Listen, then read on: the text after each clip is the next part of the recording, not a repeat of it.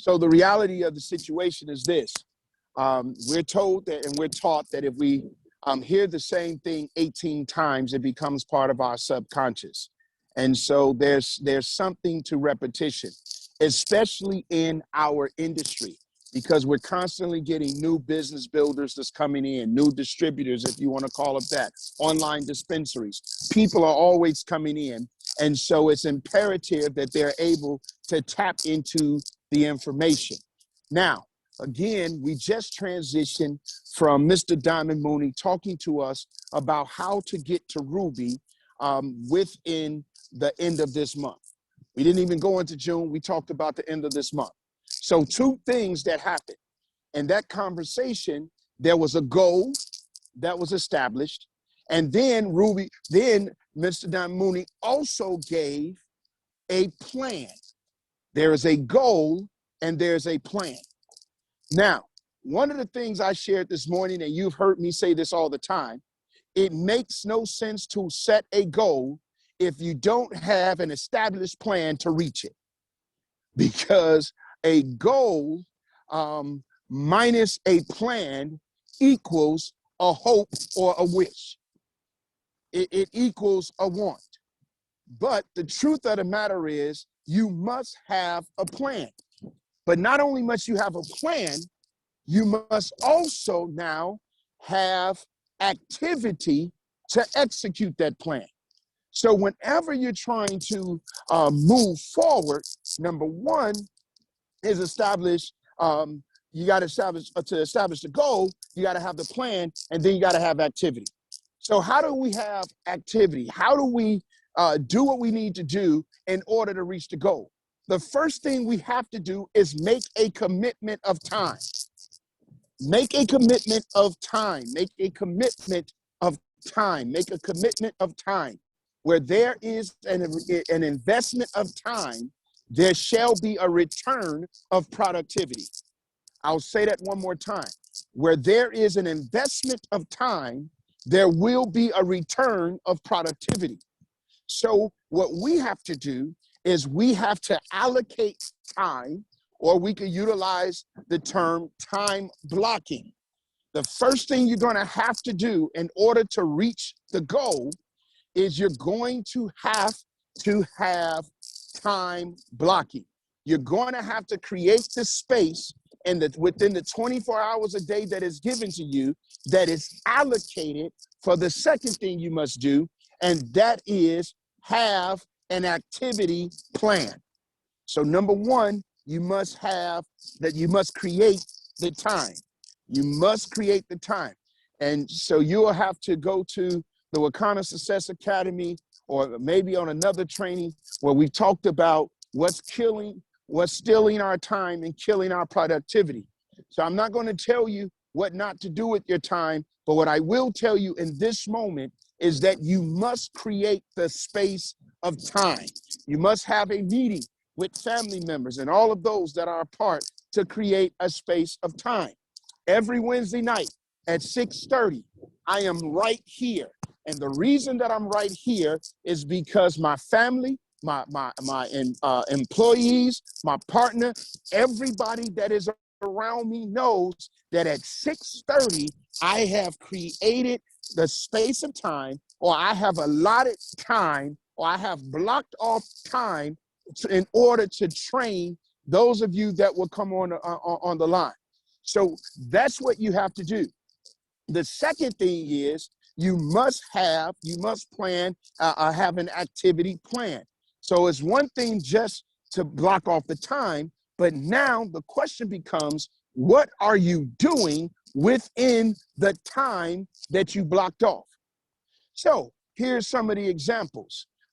Minister Mooney just talked about in the road to Ruby, he talked about making one-on-one phone calls. So you may say, I'm going to allot 2 hours, this is time blocking now, 2 hours in my day for Wakana activities. And the first thing I'm going to do within the first 30 minutes, the first however many minutes, or the first hour, is I am going to make one-on-one calls. These one-on-one calls may be one of 3 types of people. Number one is the first contact call.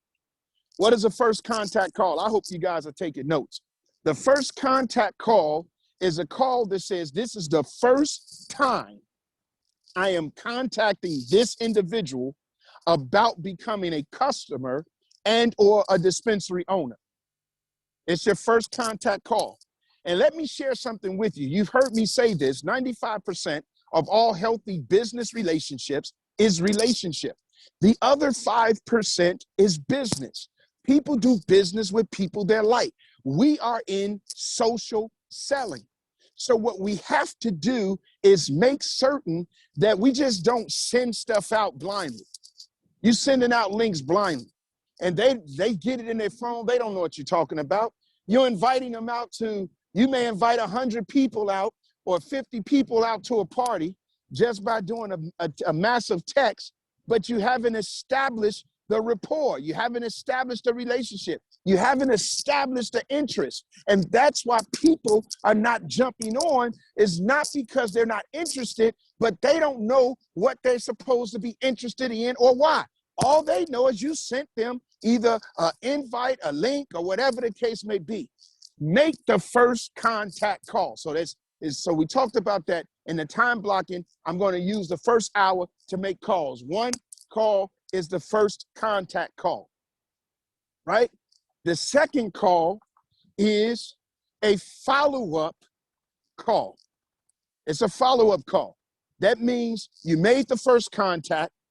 Now you're calling the follow-up to confirm at the set appointment time after that first contact call. It sounds a little bit like this. I'm going to send you 3 links to 3 videos that share more about our company, our product, and about the industry. And what is a good time for me to call you back? Or you can also say, I'd like to follow up with you tomorrow at about 6. Is that good for you? Why am I saying it that way? I'm saying it that way because now, if 6 is bad for them, what their mindset subconsciously is going to do is say 6 is not good. How about this time?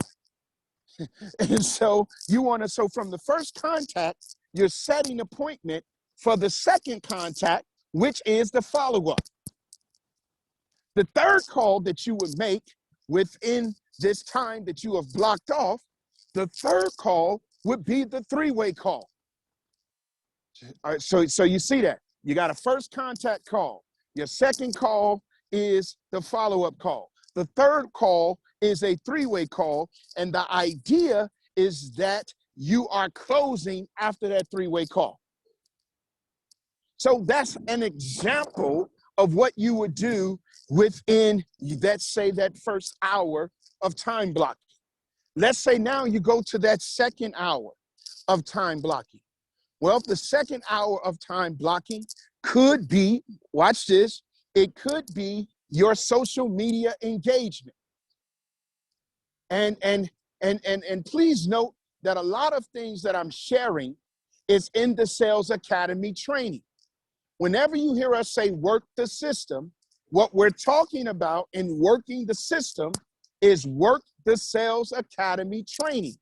And so I won't give you all of the particulars about how you do social engagement. I'm not going to talk about tagging people in posts. I'm not going to talk about going onto somebody else's page, commenting. All of those things is in the Sales Academy training.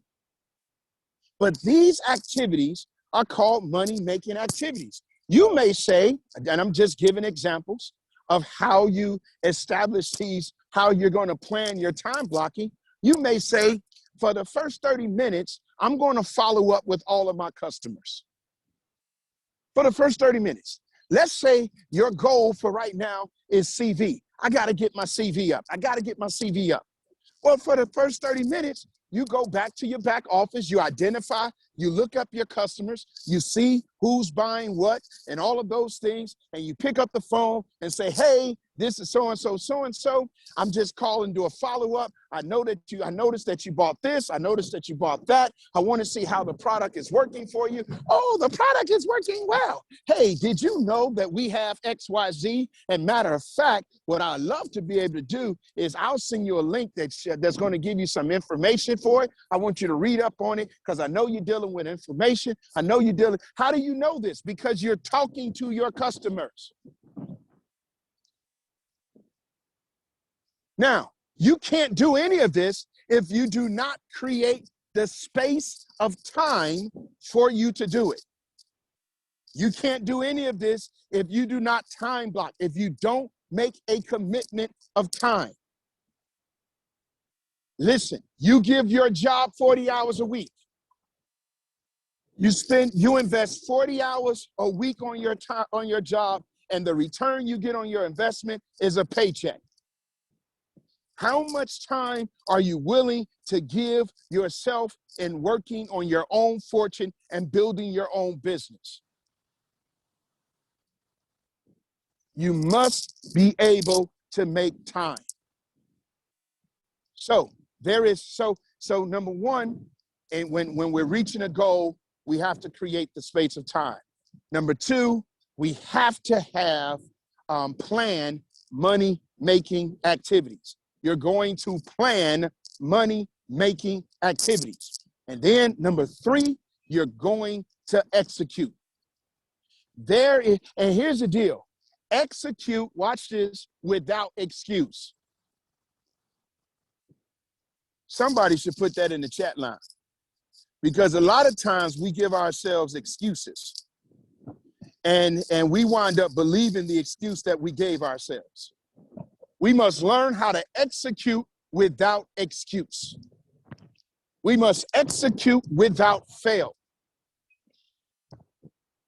And the way that you're able to execute without excuse, and the way that you're able to execute without fail, watch this, is because you have established that this time is this.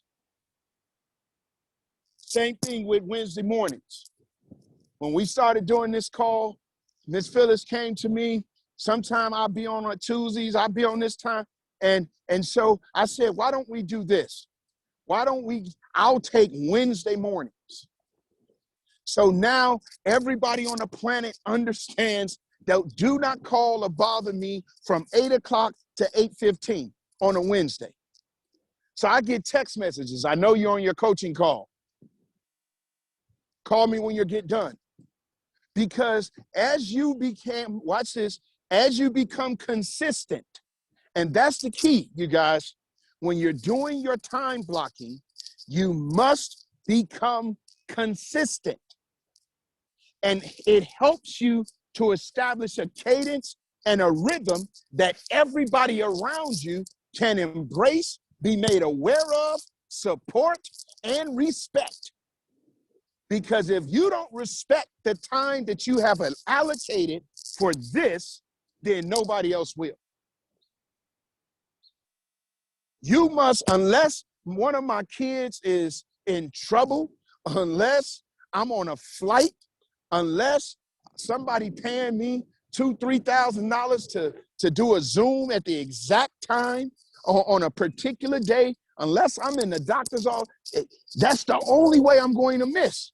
Unless I'm out of the country, that's the only way I'm going to miss. Why? Because I've allocated this to be my time. And that's the way you build your business. Here's another piece that you've heard me say from time and time again. Here it goes. Watch this. If you do the right thing consistent enough, long enough, it will eventually be enough. Part of the challenge is some of us are doing the right thing, but we're not doing it consistent enough. Some of us are doing the right thing, and we're not doing it long enough. So we start off doing it right, and we're consistent because we're excited, but then all of a sudden we start falling off. Some of us right now, we've been on this bitters challenge, and you started off great.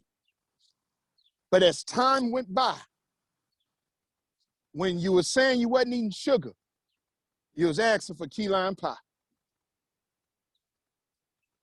So you're not seeing the results because you're not doing the right thing consistent enough, long enough. If you're going to see results, you're going to have to make the commitment to commit to the time that you committed. Period.com.